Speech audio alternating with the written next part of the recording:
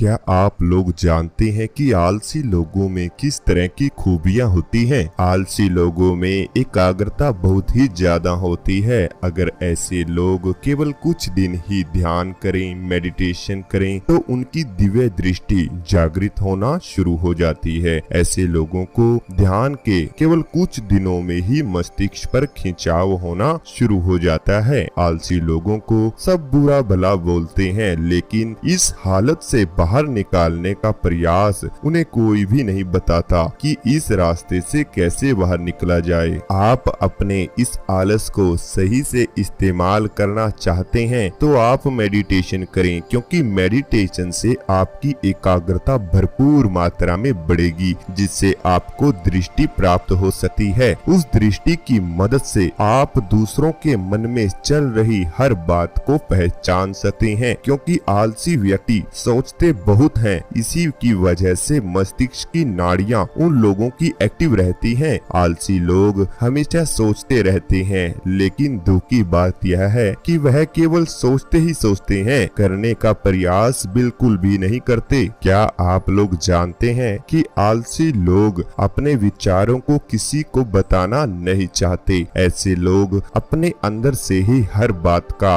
हर समस्या का सॉल्यूशन निकालना चाहते हैं। उन्हें ऐसा लगता है कि जैसे उनका कोई भी साथ नहीं देगा। ऐसे लोग बहुत ही ज्यादा कम बात करते हैं और यही उनकी सबसे बड़ी खूबी है। उनके अंदर इतनी क्षमता है कि वह दूसरों की बात ध्यान पूर्वक सुन सकते हैं, क्योंकि हर कोई एक ही बात बोलता है कि हमारी कोई भी बात नहीं सुनता। पिता बोलता है कि बच्चा मेरी बात नहीं सुनता। ऐसे ही टीचर्स बोलते हैं कि स्टूडेंट मेरी बात नहीं सुनते, क्योंकि इस ब्रह्मांड में, इस संसार में सुनना कोई भी पसंद नहीं करता, लेकिन सुनाना सभी पसंद करते हैं। आपको एक बात और बता देते हैं कि आलसी व्यक्ति जब ध्यान करता है तो वह सोचता है कि मैं आज नहीं करूंगा, मैं ध्यान को कल करूंगा, क्योंकि अगर मैं ब्रह्म मुहूर्त के समय में ध्यान करूंगा तो उससे मुझे बहुत ही ज्यादा फल मिलेगा और मेरी शक्ति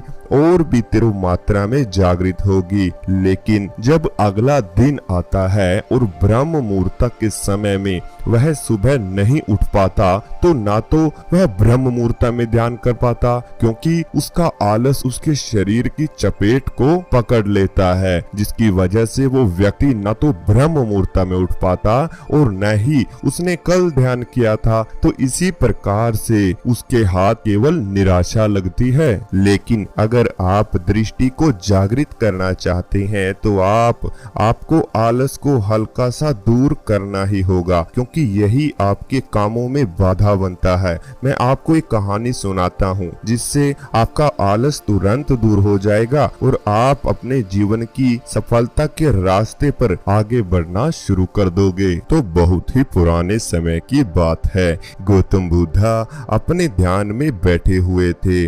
वहाँ पर एक आदमी आया। ये आदमी अपने आलसीपन से बहुत परेशान था। आलसी आदमी गौतम बुद्ध से बोला, महात्मा जी मेरी मदद कीजिए, मैं अपने आलस्य से बहुत ही ज्यादा परेशान हूँ।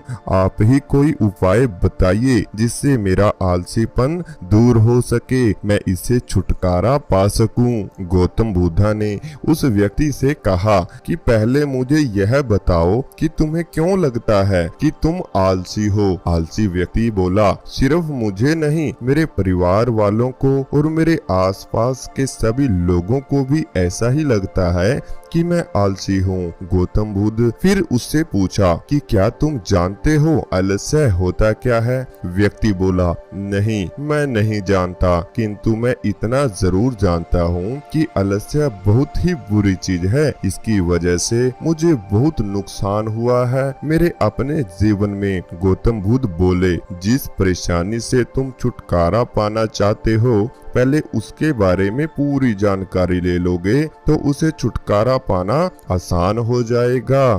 आलसी व्यक्ति बोला, भगवान इतनी बुद्धि तो मुझ में नहीं है, आप ही मुझे इस समस्या के बारे में जानकारी दीजिए। गौतम बुद्ध बोले, आलस्य एक मानसिक अवस्था है, एक विचार है जिसे जाना अनजाने में हम खुद ही जन्म देते हैं। आलस्य दो मूलभूत कारणों की वजह से ही जन्म लेता है, एक शारीरिक और दूसरा है मानसिक। शारीरिक कारणों में पहला कारण है कि गलत तरह का भोजन। हम सभी जानते हैं कि हमारे शरीर को भोजन से ऊर्जा मिलती है और यह ऊर्जा सजीव चीजों से मिले तो अच्छी, यानी कि प्राकृतिक रूप से जो हमें भोजन की वस्तुएं प्राप्त होती हैं, उनसे अगर यह ऊर्जा मिले तो हमारा शरीर इससे अच्छी ऊर्जा प्राप्त करता है। इससे उल्टा यदि हम निर्जीव वस्तुओं से ऊर्जा प्राप्त करते हैं तो यह हमें आलस्य की ओर ले जाता है।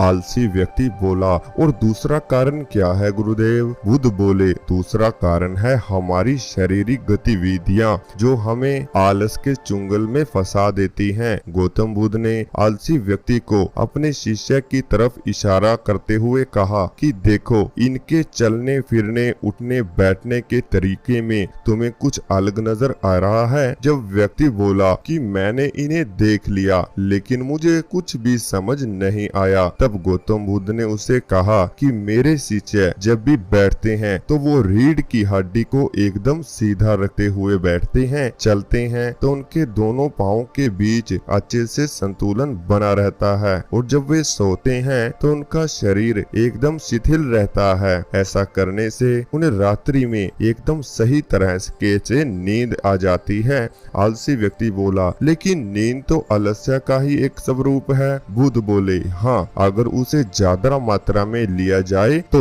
बुद्ध ने इस बात को आगे बढ़ाते हुए कहा कि नींद कम मात्रा में लोगे तो तुम्हारे अगले दिन थकान महसूस करोगे, और ऐसा करने से ज्यादा आलस्य शरीर में आएगा। नींद ज्यादा लोगे तब भी यही परिणाम होगा। इसलिए नींद को न ज्यादा न कम, एकदम सही मात्रा में लेना ही आवश्यक है। आलसी व्यक्ति बोला, हाँ, यह तो मैंने भी अनुभव किया है। बुद्ध बोले, अब मानसिक कारणों के बारे में जान लो। मानसिक कारण में सबसे पहले है हमारी पुरान गलत धारणाएं। अक्सर ऐसा होता है कि हम पहले जिन कामों में असफल हो चुके हैं, हमारे अंदर ऐसी भावनाएं बन जाती हैं कि हम उस काम को हमेशा करने की ही नहीं सोचते हैं।